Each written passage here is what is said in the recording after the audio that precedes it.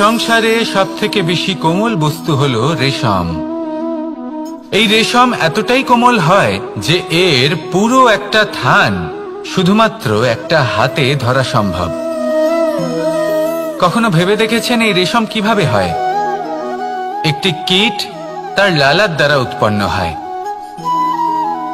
এই কীট সেই রেশমকে পাক দিতে থাকে, পাক দিতেই থাকে আর আস্তে আস্তে তার মধ্যেই জড়িয়ে পড়ে।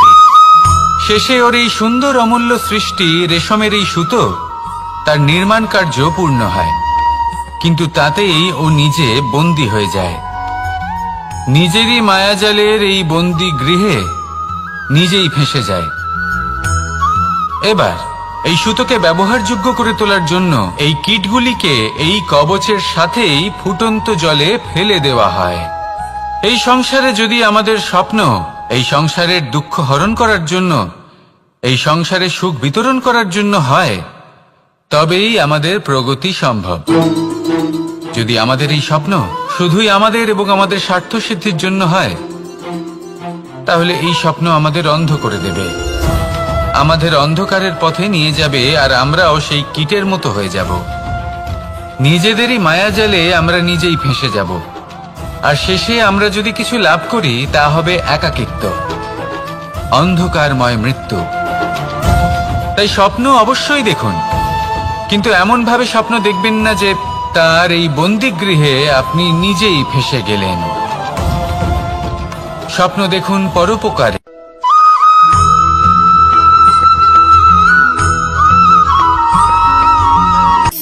শক্তি শক্তি অর্জন করা এতটা কঠিন নয় যতটা শক্তি লাভ করার পরে সেই শক্তি সামলানো কঠিন হয়।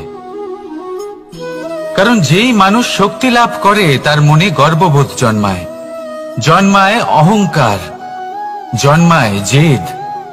তাই শক্তি প্রাপ্ত করার সাথে বিনম্র থাকাও অত্যন্ত আবশ্যক। আর এটা আমাদের শেখা উচিত বৃক্ষের থেকে। বৃক্ষ যা আমাদের ফল দেয়, বৃক্ষ যা যত ফল দেয় ততটাই ঝুঁকে যায়। আমরা পাথর মারি ওই বৃক্ষের থেকে ফল প্রাপ্ত করার জন্য। সেই পাথরের মার সহ্য করেও বৃক্ষ আমাদের ফল দেয়। কোনো গর্ববোধ নেই, কোনো অহংকার বোধ নেই, আর সেই জন্য এই বৃক্ষের পুজো করা হয়। এটাই হলো মাহাত্ম্য শক্তির সাথে বিনম্রতার।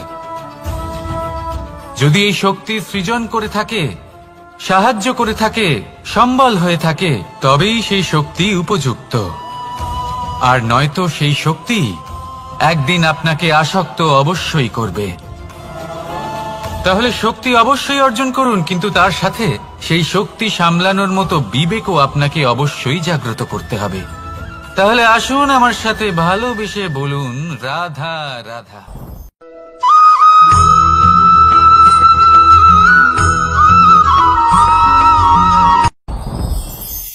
সাথী সাথী এই শব্দটির ব্যাখ্যা কে কিভাবে করে?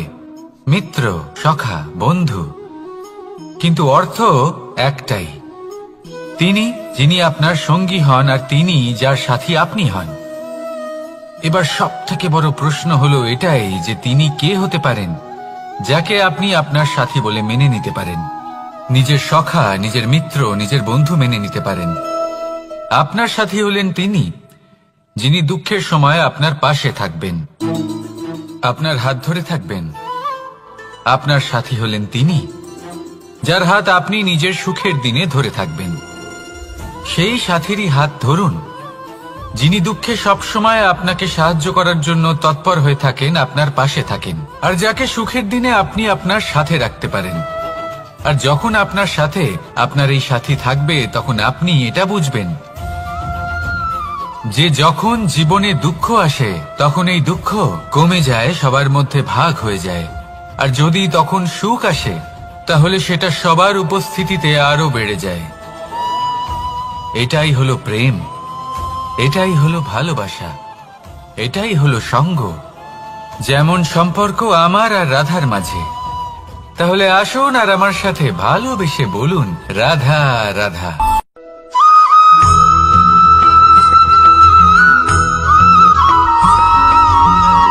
জীবন কিসের উপর নির্ভরশীল? ধনের ওপর। বৈভবের অনুভব যদি আপনি করতে চান তাহলে তা পাবেন শুধু একতার দ্বারা, সংগঠনের দ্বারা। যদি আপনাকে উদাহরণ দিই, নিজের এই হাতটাকে দেখুন, 5টা আঙুল রয়েছে। কোনো একটা বস্তুকে নিজের একটা আঙুল দ্বারা তুলে ধরার চেষ্টা করে দেখুন, বড়ই কষ্ট হবে। তখন আপনি বুঝতে পারবেন যখন এই 5টি আঙুল একত্রিত হয় তখন কোনো কাজ কতটা সহজ হতে পারে। এটাই হলো শক্তি একতার। সব থেকে ভালো উদাহরণ যদি আপনাকে দিই তাহলে বাঁশি। এই বাঁশি থেকে অত্যন্ত মধুর সুর নির্গত হয় যা সবার মন প্রসন্ন করে দেয়। এই কথা সত্যি, কিন্তু এই বাঁশি আমি একটা বা দুটো আঙুল দিয়ে বাজাতে পারবো না। আমাকে প্রত্যেকটা আঙুল ব্যবহার করতেই হবে, তবেই এর থেকে মধুর সুর নির্গত হবে যা সকলকে প্রসন্ন করবে, ঠিক কিনা?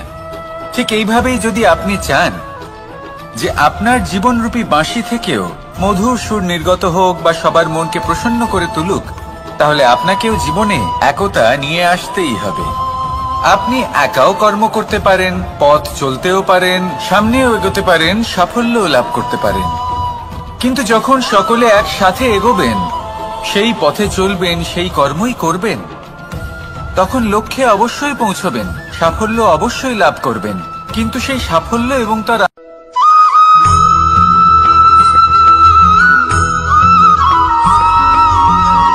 পুরুষার্থ।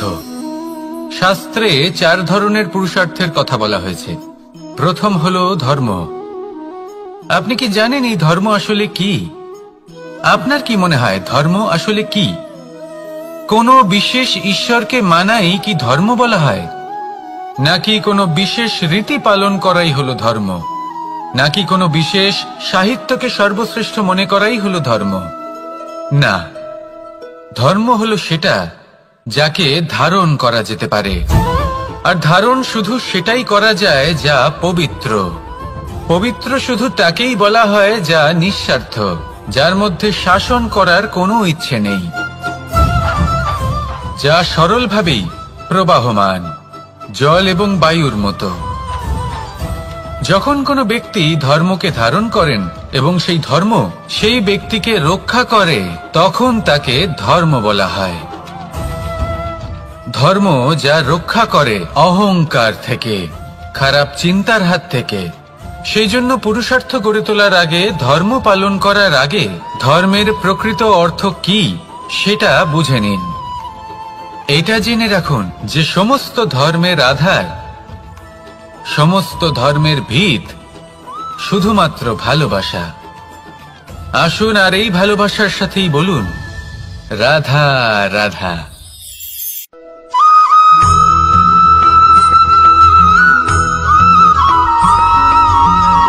কেউ বলে জীবন খুব ক্ষণস্থায়ী, কেউ বলে জীবন হলো একটা সুন্দর স্বপ্নের মতো, আবার কেউ বলবে জীবন হলো এক কঠোর সত্য।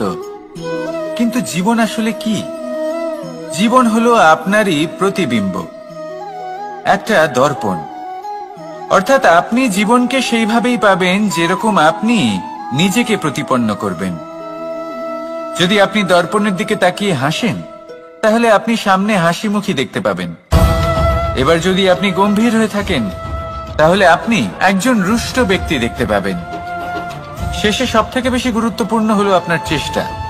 আপনাকে সবসময় চেষ্টা করতে হবে যাতে আপনি নিজেকে প্রসন্ন এবং ইতিবাচক মনোভাবে রাখেন। এটা হলো আপনারই উত্তরদায়িত্ব, তাকে পালন করুন। এই মনকে প্রসন্ন রাখুন, এই সংসারকে সুন্দর বলে মনে হবে। আর এই মন প্রসন্ন হয়ে বলবে রাধা রাধা।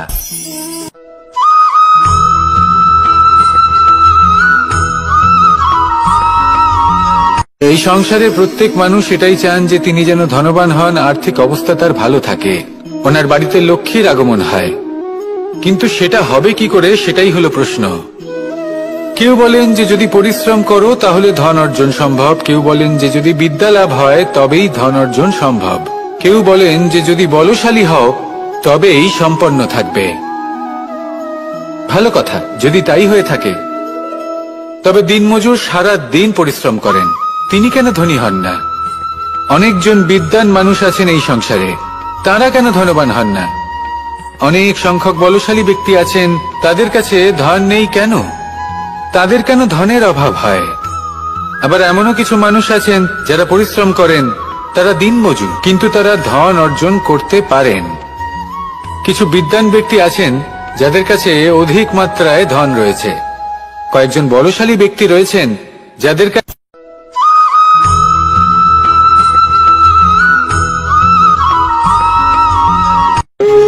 যখন মানুষের মৃত্যু হয় তখন কি হয়?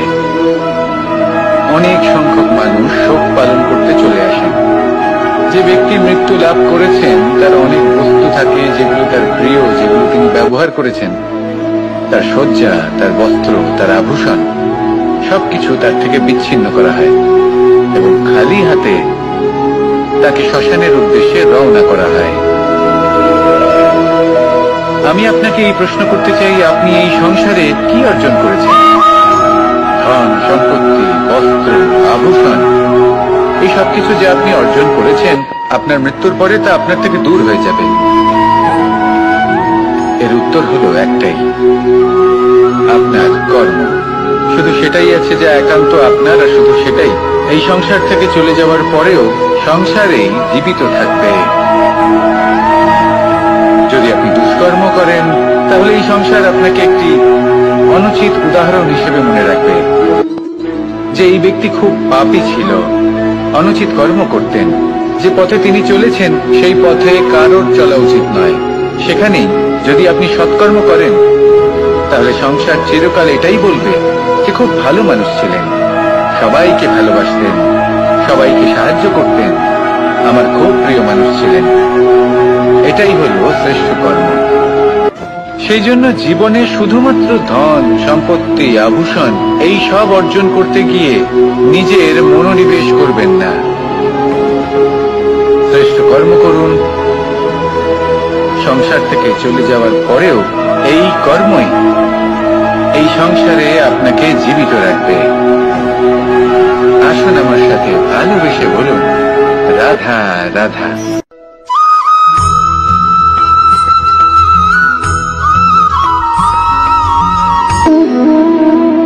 সম্পর্ক হলো আমাদের জীবনের একটি আধার।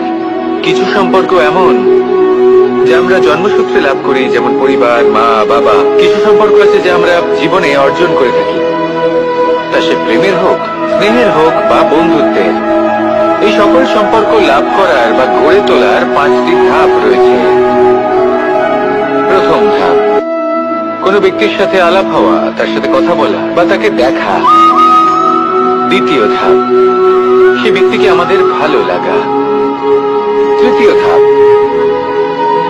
আমাদের এটা চাইতে শুরু করা যে জীবনে এই ব্যক্তি যেন আমাদের বন্ধু হন, আমাদের জীবনে থাকেন, বা আমাদের কাউকে ভালোবেসে ফেলা। আর এটা আমাদের ভাবা বা চাওয়া যে সেই ব্যক্তি যেন আজীবন আমার সাথে থাকেন, আমার জীবনে আমার সাথী হয়ে।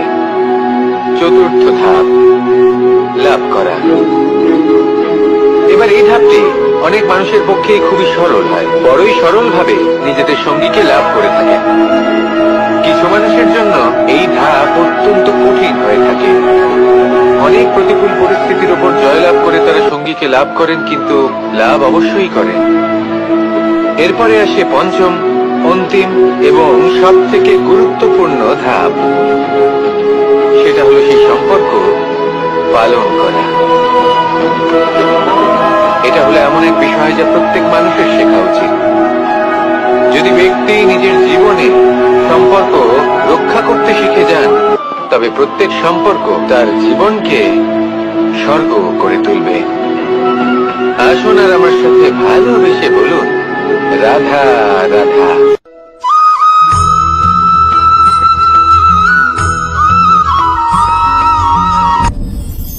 আপনি কি কখনো কোনো জলের ধারা দেখেছেন?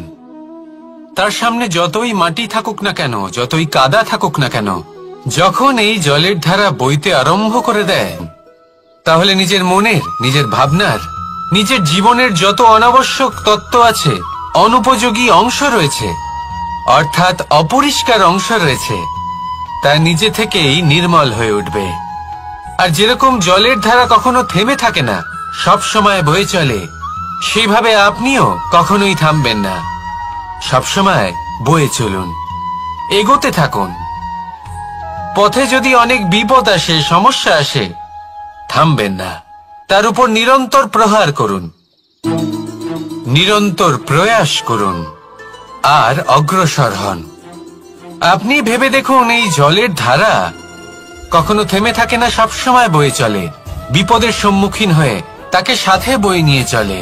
সেই জন্য জলের ধারা, প্রবাহমান এই ধারা, এর থেকে কখনো দুর্গন্ধ আসে না, এতে কখনো ময়লা জমতে পারে না, বরং পালিত হয় সুন্দর প্রাণবন্ত জীবজন্তু, যেমন সুন্দর ছোট মাছ। তাই আপনিও এটাই করুন, কখনো থামবেন না, শুধু চলতে থাকুন, জলের ধারার মতো বইতে থাকুন। আপনি আপনার লক্ষ্য অবশ্যই খুঁজে পাবেন, আর তার সাথে নিজের অন্তরের যে মালিন্য রয়েছে তা আপনি নিজেই নিজের থেকে দূরে করে দেবেন। তাহলে আসুন আর আমার সাথে ভালোবেসে বলুন, রাধা রাধা।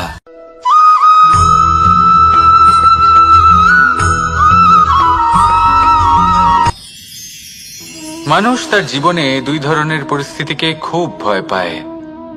এক, কোনো কারণবশত কারোর সামনে নত হওয়া।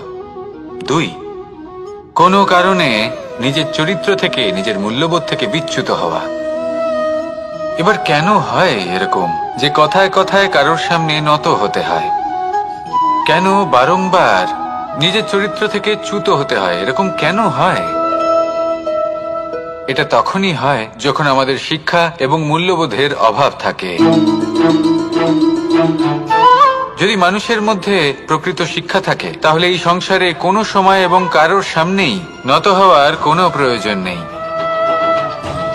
যদি মানুষের মধ্যে মূল্যবোধ থাকে, তাহলে তাকে নিজের মূল্যবোধ বা চরিত্র থেকে বিচ্যুত হতে হয় না, তা সে যাই হয়ে যাক না কেন।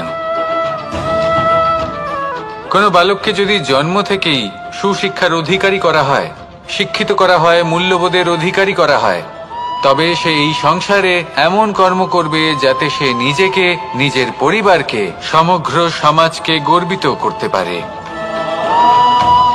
শিক্ষা লাভ করুন, মূল্যবোধ লাভ করুন এবং আমার সাথে ভালোবেসে বলুন, রাধা রাধা।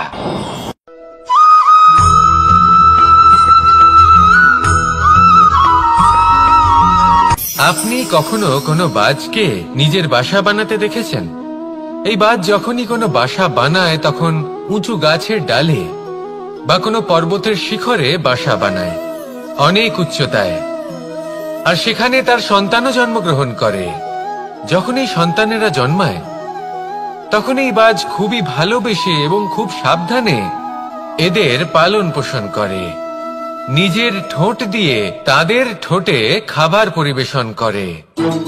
কিন্তু যেই সেই সন্তানেরা হৃষ্টপুষ্ট হয়ে যায় এবং সেই কথা বাজ নিজে বুঝতে পেরে যায়, সেই বাজ নিজেই সেই বাসা ছিন্ন ভিন্ন করে দেয়। সেই সন্তান যাদের সবেমাত্র ডানা গজিয়েছে, কিভাবে উঠতে হয় তারা জানে না, সেই সন্তানগুলিকে উচ্চতা থেকে ঠেলে দেয়। সেই সন্তান প্রথমে ভয়ভীত হয়ে যায়, তারা সামনে মৃত্যুকে দেখতে পেয়ে ভয়ের কারণে তাদের ডানা ঝাপটাতে থাকে, আর সেই প্রক্রিয়াতেই সেই সন্তানগুলি উড়তে শুরু করে দেয়। এবার এই ঘটনায় আমরা কি শিক্ষা পেতে পারি? এটাই, যদি আপনি মাতা পিতা হন, তাহলে নিজের সন্তানকে অবশ্যই স্নেহ করুন, কিন্তু তাদেরকে নিজের আঁচলের তলায় বেঁধে রাখবেন না। যদি আপনি চান আপনার সন্তান জীবনে উন্নতি করুক, তাহলে নিজের মুঠো থেকে তাদের স্বতন্ত্র করে দিন, এই সংসারে সংঘর্ষ করতে দিন। সেই সন্তান নিজেই বুঝতে পারবে যে জন্মের সময় পাওয়া ডানা কি করে ব্যবহার করতে হয়, আর আপনার চোখের সামনে আপনার সন্তান এই আকাশে উড়তে থাকবে। তাহলে আসুন আমার সাথে ভালোবেসে বলুন, রাধা রাধা।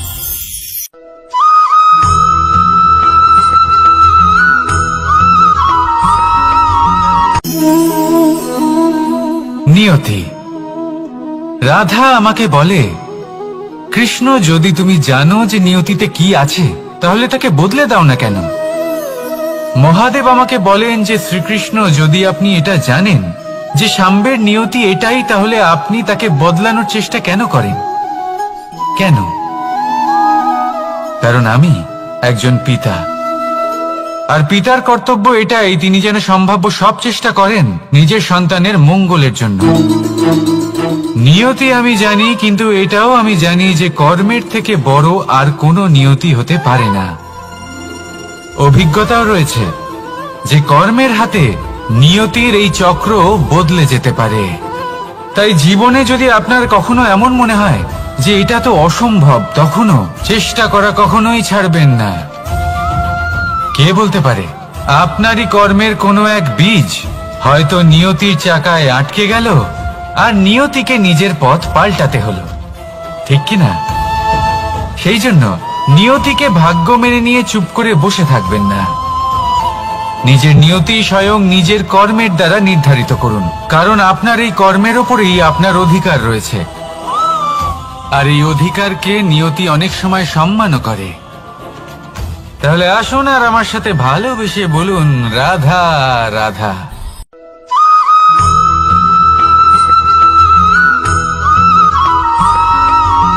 কখনো কখনো আমরা ভাবি যে কোনো ব্যক্তি যিনি ধর্মের পথে চলেছেন, যদি তার দ্বারা কোনো ভুল হয়ে থাকে তাহলে নিয়তি তাকে সেই মুহূর্তেই কঠোর শাস্তি দেন। কিন্তু সেই সব মানুষ যারা সংসারের সবথেকে বড় অধর্মী, বহু নিকৃষ্ট মানের কাজ করেন, তাদের নিয়তি অনেক সুযোগ দেন। তাদের নিয়তি এরকম কঠোর প্রহার করেন না। এই ভাবনা কখনো না কখনো মনে আসেই। ভেবে দেখুন কেন? আসলে জীবনকে বেশিরভাগ মানুষ একভাবেই দেখে থাকেন, বিভিন্ন স্তরে একে দেখা উচিত। এবার আপনি বলুন, এই সংসারে কোনো অধর্মী কখনো প্রেরণার উৎস হতে পারেন? কখনোই নয়। যে মানুষ নিজের আত্মাকে মলিন করে ফেলেছেন, তিনি এই সংসারকে কিভাবে প্রেরণা যোগাবেন? উনি নিজেই বুঝতে পারেন না কোনটা করা উচিত, ধর্ম কোনটা। তাই নিয়তি তাকে একটা সুযোগ দেন, এটা বোঝার সুযোগ দেন যে কোনটা উচিত, কোনটা ধর্ম। সুযোগ দেন নিজের বিবেক জাগিয়ে তোলার, তাকে সুযোগ দেন নিজের অন্তরাত্মার ডাক শোনার। যখন তাতেও কাজ হয় না, তখন নিয়তির কাছে একটাই পথ বাকি থাকে, আর তা হল মহাবিনাশ। মহাবিনাশ হয়তো দেরিতেই আসতে পারে, কিন্তু তা অবশ্যই আসবে। আর যখন মহাবিনাশ আসে, তখন মহাবিনাশের যন্ত্রণা সমগ্র মানব জীবনের যন্ত্রণার থেকে অনেক বেশি হয়। এই কথাটা সবসময় মনে রাখবেন। আর অন্যদিকে যে মানুষ ধর্মের পথে চলছেন, তার দ্বারা যদি কোনো ভুল হয়ে থাকে, তখন নিয়তি তার পরীক্ষা নেন। কিছুক্ষণের জন্য মানুষের মনে হতে পারে নিয়তি তাকে কঠোর শাস্তি দিয়েছেন।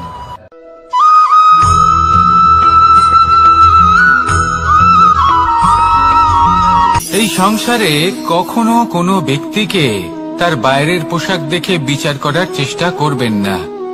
এটা খুব বড় ভুল করবেন। যেমন আমরা জীবনে অনেক সময় এমন করি, ধরুন কোথাও একটা গাছ দেখলাম, খুব বিশাল আকারের একটা গাছ, যেটা মাটির থেকে অনেক উঁচুতে পৌঁছে গেছে, যার বিশাল শাখা আছে। সেগুলো দেখে আমরা ভাবি যে এই গাছে হয়তো কত সুস্বাদু ফল আছে। আমরা সেই গাছের পরিচর্যা করতে থাকি।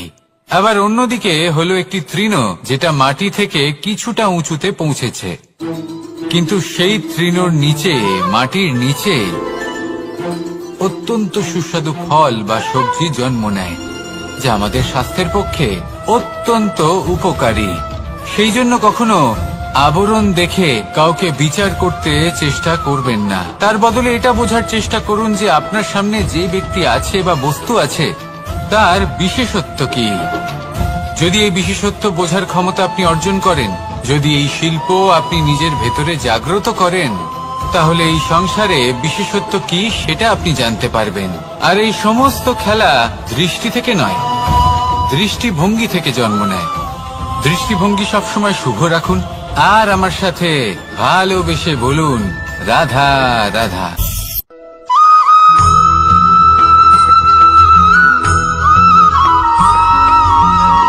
পুরুষার্থ। শাস্ত্রে 4 ধরনের পুরুষার্থের কথা বলা হয়েছে।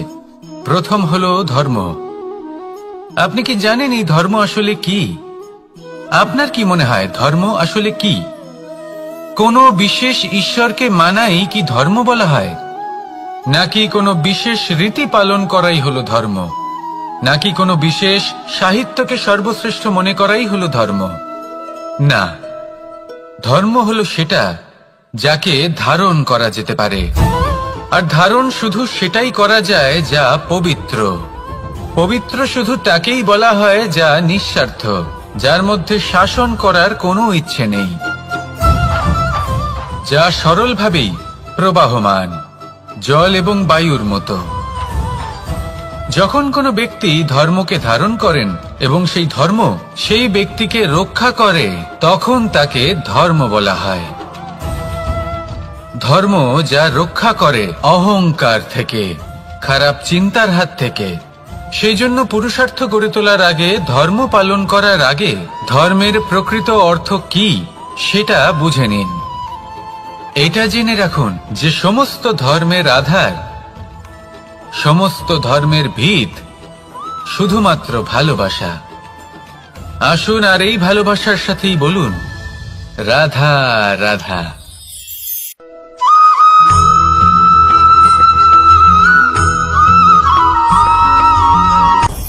আপনি কখনো পর্বতের শিখরে উঠেছেন? আপনি দেখতে পাবেন পর্বতের পদতলে প্রচুর সুন্দর ফুল রয়েছে, সবুজ বনানী রয়েছে। যত আপনি ওপরে উঠতে থাকবেন তত ফুল কমতে থাকবে, সবুজ বনানী কমতে থাকবে। আরো কিছুটা ওপরে উঠলে কাঁটা জাতীয় গাছ দেখতে পাবেন, শুকনো গাছ দেখতে পাবেন। আরো যদি ওপরে ওঠেন তাহলে পাষাণ দেখতে পাবেন। আরো ওপরে উঠলে হিমখণ্ড দেখতে পাবেন। এই যে পর্বত, তা মনুষ্য জীবনের সব থেকে উত্তম উদাহরণ। মানুষ যখন সাফল্যের শিখরে পৌঁছতে চান, মহানুভবতার শিখরে পৌঁছতে চান, পথে যত আস্তে আস্তে উপরে উঠতে থাকেন, ততই ভৌতিক বস্তু তার থেকে বিচ্ছিন্ন হতে থাকে। যদি তিনি সেই ভৌতিক বস্তুগুলি ত্যাগ না করতে পারেন, তাহলে কখনোই সেই স্থানে পৌঁছতে পারবেন না। আর মানুষ যদি উচিত ত্যাগ করতে পারেন, পথে অগ্রসর হতে থাকেন, এগোতে থাকেন, তাহলে একদিন না একদিন তিনি মহানুভবতার, জ্ঞানের, সাফল্যের হিমের স্বাদ অবশ্যই লাভ করবেন। মনে রাখবেন, মানব জীবনে ত্যাগ হলো অত্যন্ত গুরুত্বপূর্ণ অংশ। আসুন আমার সাথে ভালোবেসে বলুন রাধা রাধা।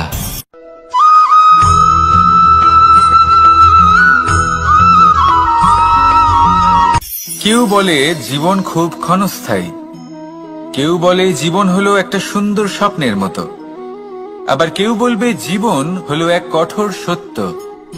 কিন্তু জীবন আসলে কি? জীবন হলো আপনারই প্রতিবিম্ব, একটা দর্পণ। অর্থাৎ আপনি জীবনকে সেইভাবেই পাবেন যেরকম আপনি নিজেকে প্রতিপন্ন করবেন। যদি আপনি দর্পণের দিকে তাকিয়ে হাসেন, তাহলে আপনি সামনে হাসি মুখী দেখতে পাবেন। এবার যদি আপনি গম্ভীর হয়ে থাকেন, তাহলে আপনি একজন রুষ্ট ব্যক্তি দেখতে পাবেন। শেষে সবথেকে বেশি গুরুত্বপূর্ণ হলো আপনার চেষ্টা। আপনাকে সবসময় চেষ্টা করতে হবে যাতে আপনি নিজেকে প্রসন্ন এবং ইতিবাচক মনোভাবে রাখেন। এটা হলো আপনারই উত্তরদায়িত্ব, তাকে পালন করুন। এই মনকে প্রসন্ন রাখুন, এই সংসারকে সুন্দর বলে মনে হবে। আর এই মন প্রসন্ন হয়ে বলবে রাধা রাধা।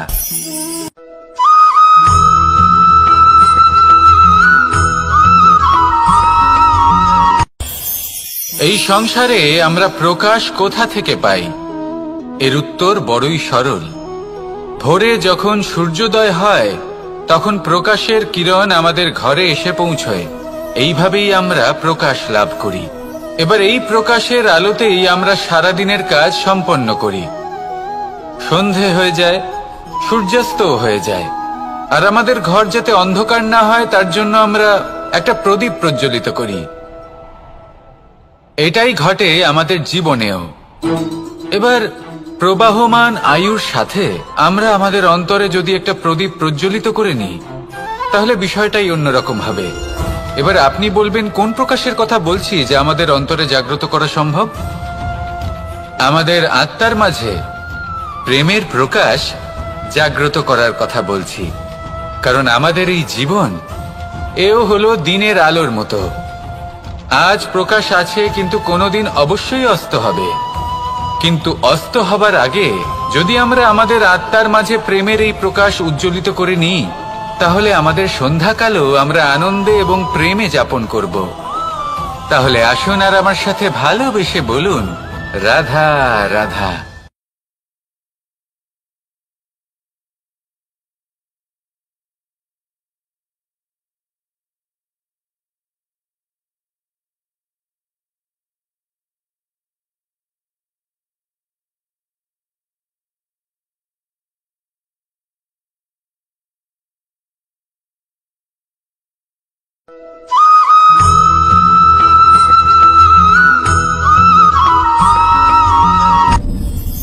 আপনি কি কখনো কোনো জলের ধারা দেখেছেন?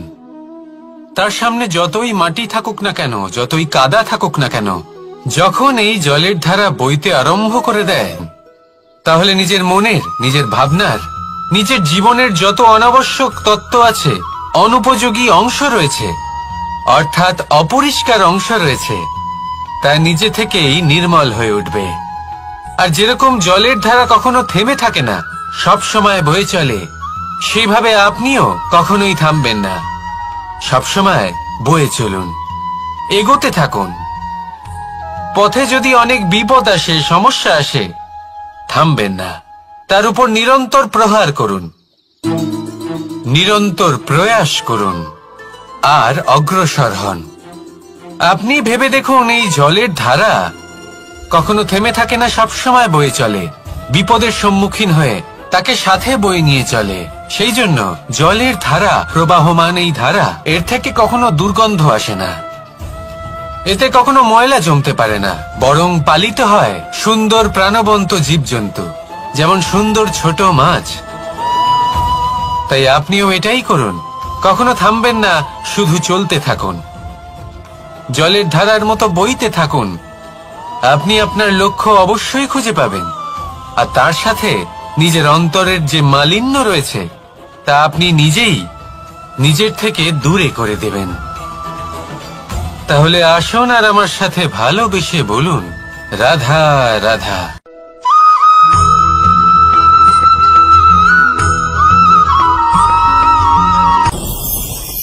ভয়ের সাথে আমরা সবাই পরিচিত, কষ্টও আমরা সবাই পেয়েছি। কখনো কখনো আমরা অসুস্থ হয়ে পড়ি, আর এমন সময় হলে মাতার মমতা, কখনো বাবার স্নেহ, কখনো বন্ধুদের পাশে থাকার অনুভূতি আমাদের রোগ নিরাময়ে সাহায্য করে। কখনো যদি আমরা নিরাশ হয়ে পড়ি, তখন যদি আমাদের কোনো আপনজন আমাদের দুটো ভালো কথা বলে, তখন আমাদের মনোবল বেড়ে যায়। ঠিক তেমন সংসারের এই রঙ্গমঞ্চে যদি আপনি পীড়িত অনুভব করেন, কিছু শুভ কথা আলোচনা করুন, কিছু স্তুতি গান করুন, কিছু মুহূর্তের জন্য হলেও নিজের ইষ্টদেবের কথা স্মরণ করুন আর প্রার্থনা করুন। সাহস বাড়বে, শক্তিও বৃদ্ধি পাবে এবং সামনে এগিয়ে চলার পথও দেখতে পাবেন। তখন এই মন প্রসন্ন হয়ে বলবে, রাধা রাধা।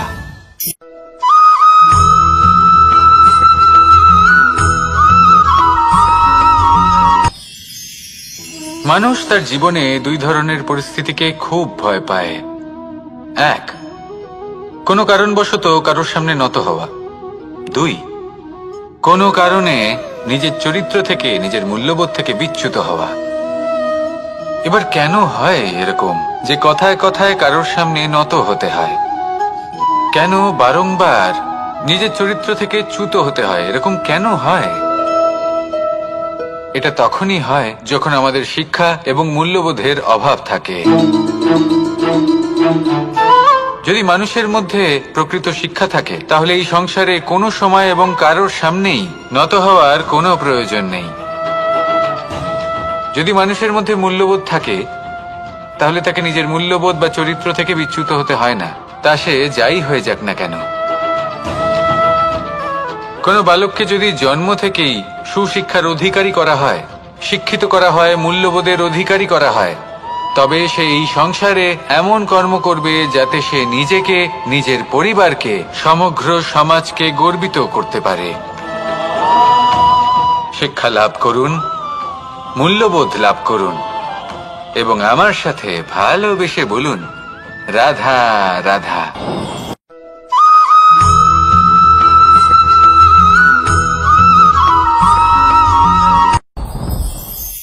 সাথী। সাথী এই শব্দটির ব্যাখ্যা কে কিভাবে করে? মিত্র, সখা, বন্ধু, কিন্তু অর্থ একটাই। তিনি যিনি আপনার সঙ্গী হন আর তিনি যার সাথী আপনি হন। এবার সব থেকে বড় প্রশ্ন হলো এটাই যে তিনি কে হতে পারেন যাকে আপনি আপনার সাথী বলে মেনে নিতে পারেন, নিজের সখা, নিজের মিত্র, নিজের বন্ধু মেনে নিতে পারেন। আপনার সাথী হলেন তিনি যিনি দুঃখের সময় আপনার পাশে থাকবেন, আপনার হাত ধরে থাকবেন। আপনার সাথী হলেন তিনি যার হাত আপনি নিজের সুখের দিনে ধরে থাকবেন। সেই সাথীরই হাত ধরুন যিনি দুঃখে সবসময় আপনাকে সাহায্য করার জন্য তৎপর হয়ে থাকেন, আপনার পাশে থাকেন, আর যাকে সুখের দিনে আপনি আপনার সাথে রাখতে পারেন। আর যখন আপনার সাথে আপনার এই সাথী থাকবে তখন আপনি এটা বুঝবেন যে যখন জীবনে দুঃখ আসে তখন এই দুঃখ কমে যায়, সবার মধ্যে ভাগ হয়ে যায়। আর যদি তখন সুখ আসে তাহলে সেটা সবার উপস্থিতিতে আরো বেড়ে যায়। এটাই হলো প্রেম, এটাই হলো ভালোবাসা, এটাই হলো সঙ্গ। যেমন সম্পর্ক আমার আর রাধার মাঝে। তাহলে আসুন আর আমার সাথে ভালোবেসে বলুন, রাধা রাধা।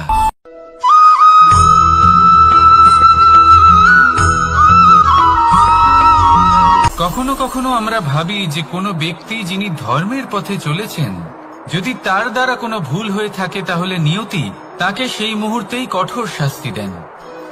কিন্তু সেই সব মানুষ যারা সংসারের সবথেকে বড় অধর্মী, বহু নিকৃষ্ট মানের কাজ করেন, তাদের নিয়তি অনেক সুযোগ দেন।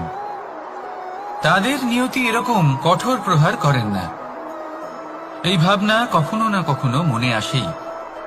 ভেবে দেখুন কেন? আসলে জীবনকে বেশিরভাগ মানুষ একভাবেই দেখে থাকেন, বিভিন্ন স্তরে একে দেখা উচিত। এবার আপনি বলুন, এই সংসারে কোনো অধর্মী কখনো প্রেরণার উৎস হতে পারেন? কখনোই নয়। যে মানুষ নিজের আত্মাকে মলিন করে ফেলেছেন তিনি এই সংসারকে কিভাবে প্রেরণা যোগাবেন? উনি নিজেই বুঝতে পারেন না কোনটা করা উচিত, ধর্ম কোনটা। তাই নিয়তি তাকে একটা সুযোগ দেন, এটা বোঝার সুযোগ দেন যে কোনটা উচিত, কোনটা ধর্ম। সুযোগ দেন নিজের বিবেক জাগিয়ে তোলার, তাকে সুযোগ দেন নিজের অন্তরাত্মার ডাক শোনার। যখন তাতেও কাজ হয় না তখন নিয়তির কাছে একটাই পথ বাকি থাকে, আর তা হল মহাবিনাশ।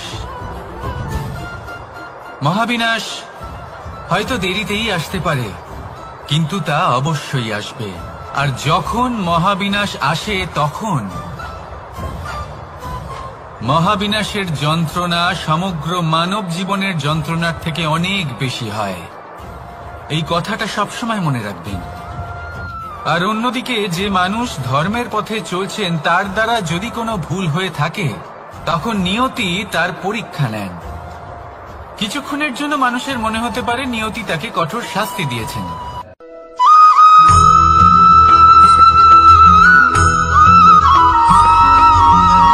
মানুষের মানসিকতা এমন হয় যে সে যতটা করে আশা করে যে তার থেকে অনেক বেশি তার বদলে সে পাবে। দেখুন, সবকিছুই আপনার ভাবনা চিন্তার উপর নির্ভর করছে। আপনি যদি ফলের বিষয়ে ভেবে কর্ম করতে থাকেন তাহলে সেটা অনুচিত। জীবনের আসল আনন্দ হলো নিজের কর্ম করতে থাকা, ফলের চিন্তা করা উচিত নয়। যদি আপনি এরকম ভাবেন যে আমি এতটা করছি, আমার এতটা পাওয়া উচিত, সেই ভাবনা অনুচিত। যদি আপনি সেবার মানসিকতা নিয়ে কর্ম করতে থাকেন, কর্মচক্রে প্রবাহিত হন, যদি আপনি এমন ভাবনা রাখেন যে আমি এতটা পাচ্ছি তাই এর থেকে অনেক বেশি আমি কর্ম করব, তাহলে নিশ্চিত রূপে আপনি যতটা করছেন তার থেকে অনেক বেশি আপনি পাবেন, আপনার আশার থেকে অনেক বেশি আপনি পাবেন। শুধু জীবনে অনেক বেশি কাজ করতে থাকুন, ফলের চিন্তা করবেন না। আর মনে রাখবেন, এই ভাবনাই সব থেকে বড় বীজ। কর্মের উপর বিশ্বাস রাখুন, জীবনে যা যা আপনি চান সবই সুখময় হবে।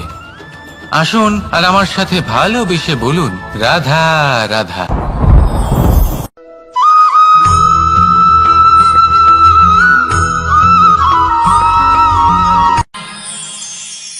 আমরা সবাই সূর্যকে সম্মান কেন করি? কারণ আমরা জানি যে সন্ধেবেলা যখন সূর্যাস্ত হবে তখন শুধুমাত্র অন্ধকার বাকি থাকবে। ঠিক কিছুটা এরকমই হয় আমাদের মাতা পিতাও, যিনি আমাদের জন্ম দেন, আমাদের ভরণ পোষণ করেন, আমাদের বড় করেন, আমাদের প্রেম প্রদান করেন। কখনো কখনো তাদের মুখ থেকে কটু কথা নিঃসৃত হয়, আমাদের দুঃখ হয়, কিন্তু তখন আমাদের এটা বোঝা উচিত এগুলি নিঃসৃত হচ্ছে আমাদেরই মঙ্গলের জন্য। যেমন সূর্যদেব, উনিও উত্তাপ দিয়ে থাকেন আমাদেরই মঙ্গলের জন্য, যাতে ফসল পাকতে পারে, যাতে জল বাষ্প হয়ে মেঘ হতে পারে, বৃষ্টি হতে পারে, আর এই সংসারে নিরন্তর জলের প্রবাহ থাকে। আমাদের মাতা পিতা, তাদের কঠোর আচরণ, তাদের কঠোর অনুশাসনের পেছনে লুকিয়ে থাকে ওনাদের ভালোবাসা। আমাদের তা বুঝতে হবে, সসম্মানে ওনাদের গ্রহণ করতে হবে। কারণ ঠিক সূর্যাস্তের পরে যেমন চতুর্দিক অন্ধকারচ্ছন্ন হয়ে যায়, তেমনি আমাদের জীবন থেকে যখন আমাদের মাতা পিতা চলে যায় তখন আমাদের জীবনেও শুধু এবং শুধুমাত্র অন্ধকারই ছেয়ে থাকে। সেই জন্য নিজের মাতা পিতাকে সম্মান করুন, ওনাদের ভালোবাসা প্রদান করুন। এই মন আর এই জীবন প্রসন্ন হয়ে বলবে, রাধা রাধা।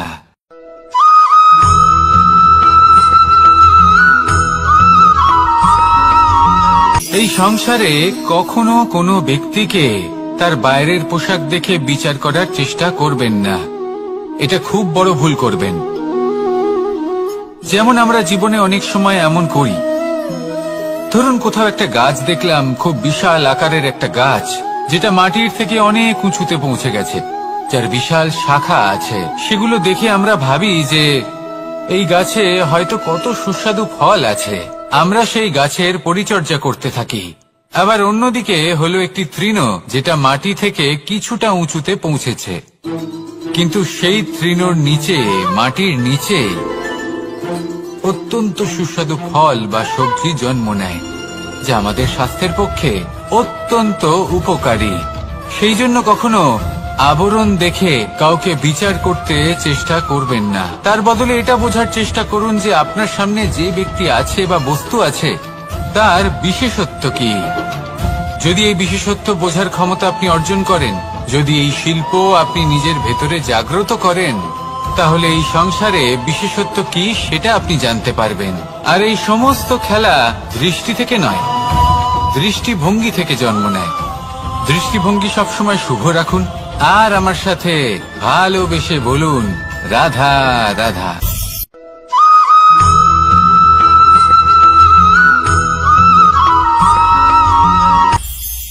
এটা হলো ধান গাছ, এর থেকে যে চাল উৎপন্ন হয় তা মানুষ গ্রহণ করেন। আর এটা কি? এ হলো জংলি ঘাস। একবার ভেবে দেখুন, যদি এই জংলি ঘাস ধান গাছের আশেপাশে থাকে তাহলে কি হবে? ধান উৎপন্ন হতে পারবে? তা উৎকৃষ্ট হতে পারবে? আমরা কি তা গ্রহণ করতে পারবো? কখনোই নয়। এই জংলি ঘাস ধানকে নষ্ট করে দেবে, কিন্তু নিজে জীবিত থাকবে। এটাই হলো আজকের শিক্ষা। এই সংসারে যদি আপনি নীতির পথে চলতে চান, উচিত কর্ম করতে চান, সংসারকে সেবা করতে চান, তাহলে জংলি ঘাসের মতো ব্যক্তিদের থেকে সবসময় দূরে থাকতে হবে। সেই ব্যক্তি যারা দুর্নীতি এবং মিথ্যা দ্বারা পরিপূর্ণ, যাদের ব্যবহার অশুভ, যাদের অনেক অশুভ গুণ রয়েছে, তারা সঠিক নয়। সেই সকল ব্যক্তি যাদের চরিত্র অত্যন্ত দুষ্ট হয়, তারা হয় শুভ চরিত্রের ব্যক্তিকে একদম নষ্ট করে দেয়, নয় নিজের মতো বানিয়ে তোলে। তাই যদি আপনি নীতির পথে চলতে চান, এই সংসারের জন্য শুভ কর্ম করতে চান, তাহলে সেই সঙ্গ লাভ করুন যে সঙ্গ জ্ঞানে পরিপূর্ণ, যাদের মধ্যে অনেক গুণ আছে, যাদের থেকে প্রতিদিন কিছু শিখতে পারবেন। এমন ব্যক্তির সাথে জীবন অতিবাহিত করুন, দুরাচারীদের থেকে দূরে থাকুন। তবেই এই মন প্রসন্ন হয়ে বলবে, রাধা রাধা।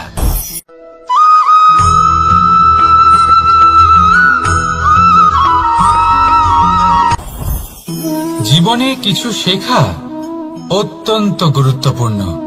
এবার কি কি শিখতে হবে সেই সব শেখানোর জন্য অনেক শিক্ষক রয়েছেন, কিন্তু কি শিখবেন না আর কি করবেন না এটা আমাদের নিজের অভিজ্ঞতা দিয়ে শিখতে হয়।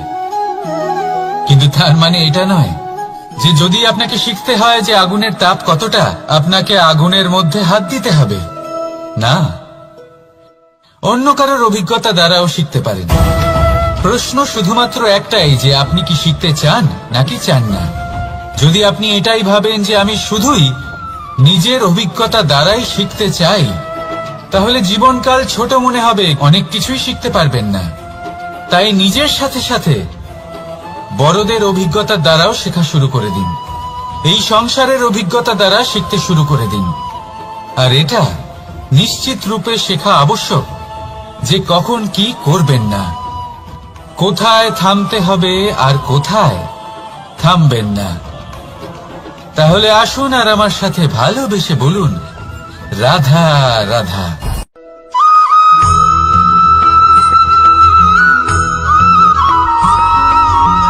এই সংসারে সবথেকে বেশি কোমল বস্তু হলো রেশম। এই রেশম এতটাই কোমল হয় যে এর পুরো একটা থান শুধুমাত্র একটা হাতে ধরা সম্ভব। কখনো ভেবে দেখেছেন এই রেশম কিভাবে হয়? একটি কীট তার লালার দ্বারা উৎপন্ন হয়।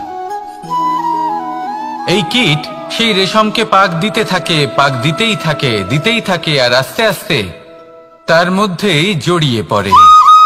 শেষে ওর এই সুন্দর অমূল্য সৃষ্টি রেশমের এই সুতো তার নির্মাণ কার্য পূর্ণ হয়, কিন্তু তাতেই ও নিজে বন্দী হয়ে যায়। নিজেরই মায়াজালের এই বন্দী গৃহে নিজেই ফেঁসে যায়। এবার এই সুতোকে ব্যবহারযোগ্য করে তোলার জন্য এই কীটগুলিকে এই কবচের সাথেই ফুটন্ত জলে ফেলে দেওয়া হয়। এই সংসারে যদি আমাদের স্বপ্ন এই সংসারের দুঃখ হরণ করার জন্য, এই সংসারে সুখ বিতরণ করার জন্য হয়, তবেই আমাদের প্রগতি সম্ভব। যদি আমাদের এই স্বপ্ন শুধুই আমাদের এবং আমাদের স্বার্থ সিদ্ধির জন্য হয়, তাহলে এই স্বপ্ন আমাদের অন্ধ করে দেবে, আমাদের অন্ধকারের পথে নিয়ে যাবে, আর আমরাও সেই কীটের মতো হয়ে যাব। নিজেদেরই মায়াজালে আমরা নিজেই ফেঁসে যাব, আর শেষে আমরা যদি কিছু লাভ করি তা হবে একাকিত্ব, অন্ধকারময় মৃত্যু। তাই স্বপ্ন অবশ্যই দেখুন, কিন্তু এমন ভাবে স্বপ্ন দেখবেন না যে তার এই বন্দিগৃহে আপনি নিজেই ফেঁসে গেলেন। স্বপ্ন দেখুন পরোপকারে।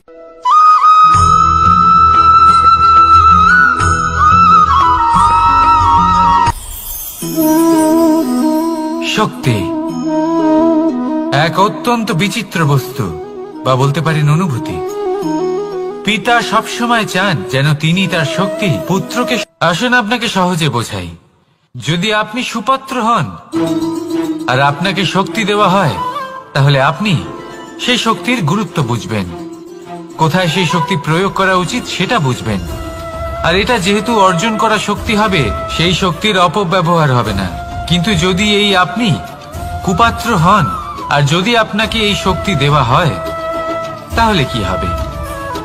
দেখতে গেলে এই শক্তি আপনি দান হিসেবে পেয়েছেন, তাই না আপনি এই শক্তির গুরুত্ব বুঝবেন আর না এর প্রয়োগ আপনি জানবেন। তার অপব্যবহার হওয়া সুনিশ্চিত।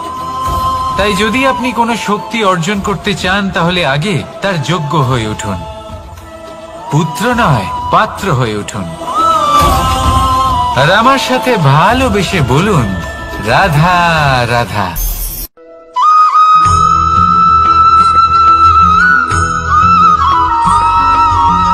এই সংসারে প্রত্যেক মানুষ এটাই চান যে তিনি যেন ধনবান হন, আর্থিক অবস্থা তার ভালো থাকে, ওনার বাড়িতে লক্ষ্মীর আগমন হয়।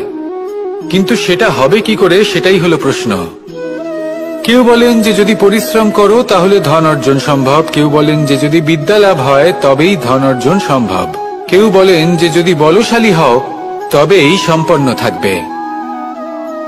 ভালো কথা, যদি তাই হয়ে থাকে, তবে দিনমজুর সারা দিন পরিশ্রম করেন, তিনি কেন ধনী হন না? অনেকজন বিদ্বান মানুষ আছেন এই সংসারে, তারা কেন ধনবান হন না? অনেক সংখ্যক বলশালী ব্যক্তি আছেন, তাদের কাছে ধন নেই কেন? তাদের কেন ধনের অভাব হয়? আবার এমনও কিছু মানুষ আছেন যারা পরিশ্রম করেন, তারা দিনমজুর, কিন্তু তারা ধন অর্জন করতে পারেন। কিছু বিদ্বান ব্যক্তি আছেন যাদের কাছে অধিক মাত্রায় ধন রয়েছে। কয়েকজন বলশালী ব্যক্তি রয়েছেন যাদের কাছে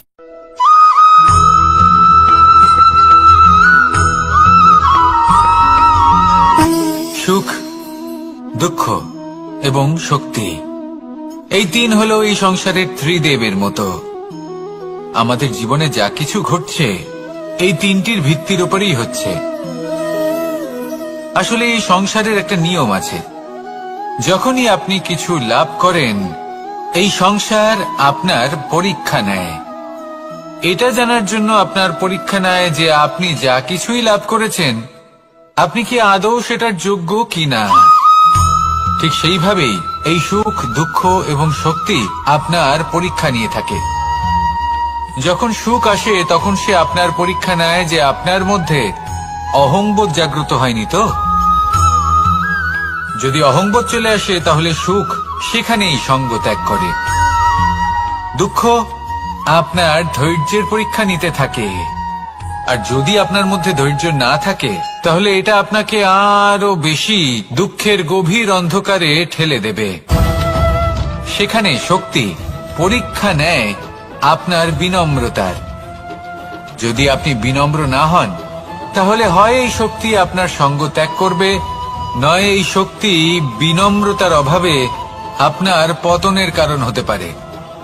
এই সংসারে যে কোনো ব্যক্তি যিনি এই পরীক্ষায় উত্তীর্ণ হয়ে থাকেন এই জীবনে তিনি সাফল্য লাভ করেন। আসুন আমার সাথে ভালোবেসে বলুন, রাধা রাধা।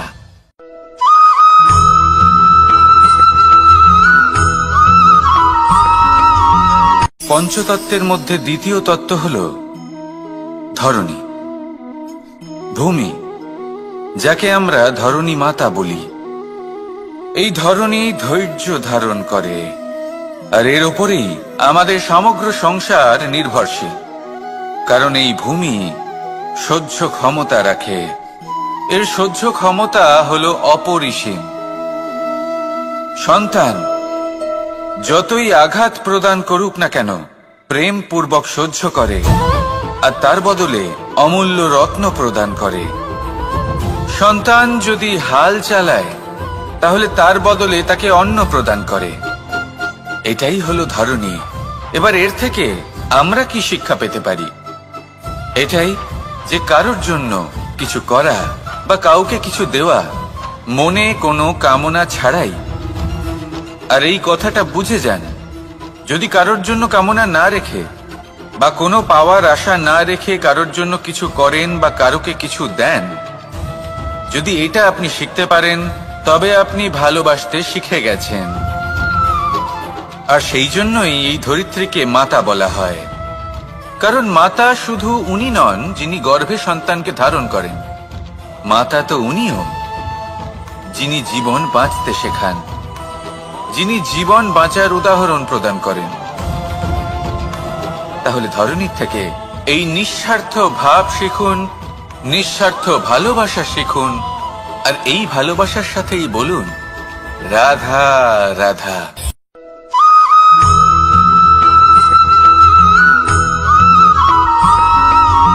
মানুষ জন্মগ্রহণ করে, তার সাথে ভয়েরও জন্ম হয়।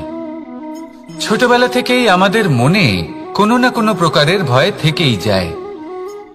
কেউ এই বিষয়ে ভয় পায় যে তার কোনো বস্তু তার থেকে দূরে চলে যাবে, কেউ এই বিষয়ে ভয় পায় যে আমি নিজেকে হারিয়ে ফেলব, কেউ এই ভেবে ভয় পায় যে আমার প্রিয়জনেরা তারা যেন আমার থেকে দূরে না চলে যায়, কেউ এই ভেবে ভয় পায় যে আমরা যেন পথ না হারিয়ে ফেলি, আদি ইত্যাদি। কিন্তু সত্যি কথা বলতে ভেবে দেখুন এই ভয় বাস্তবে কি?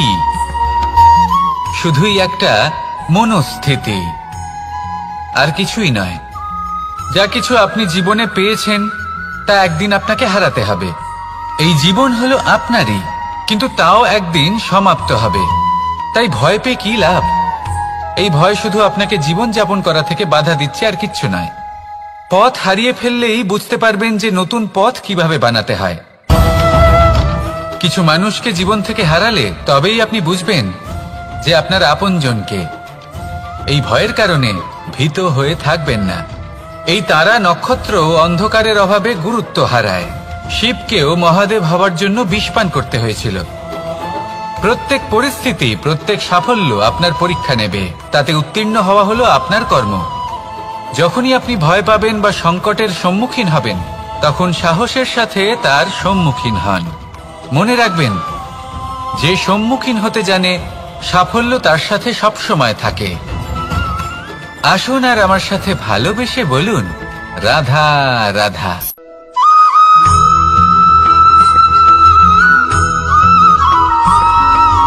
জীবনে অগ্রসর হওয়ার জন্য আমাদের কাকে প্রয়োজন হয়? মাতা পিতা, বন্ধু, প্রেম, সাহায্য, অর্থ, পরিশ্রম, আশা। ভিন্ন ভিন্ন মানুষ ভিন্ন ভিন্ন বিকল্প চয়ন করে। যদি আমি আপনাকে বলি, তাহলে জয় আর পরাজয়ের মন্ত্র দুটো শব্দের উপর নির্ভর করে, মেনে নেওয়া আর দৃঢ় হওয়া। যদি মেনে নেন তাহলে হেরে যাবেন, যদি দৃঢ় হন তাহলে নিশ্চিত রূপে জয়ী হবেন। যদি কখনো আপনি ক্লান্ত হয়ে ওঠেন, আপনি দুঃখী হন, পুরোপুরি ভেঙে পড়েছেন, তখন মেনে নেবেন না যে আপনি ভেঙে পড়েছেন, নয়তো হেরে যাবেন। তখন উল্টে স্থির করবেন যে যাই হয়ে যাক না কেন, আমি জয়ী হবই। আর আপনি দেখবেন যে জয় নিশ্চিত রূপে আপনার কাছেই আসবে। তাহলে এই কথা মনে রাখবেন আর আমার সাথে ভালোবেসে বলবেন, রাধা রাধা।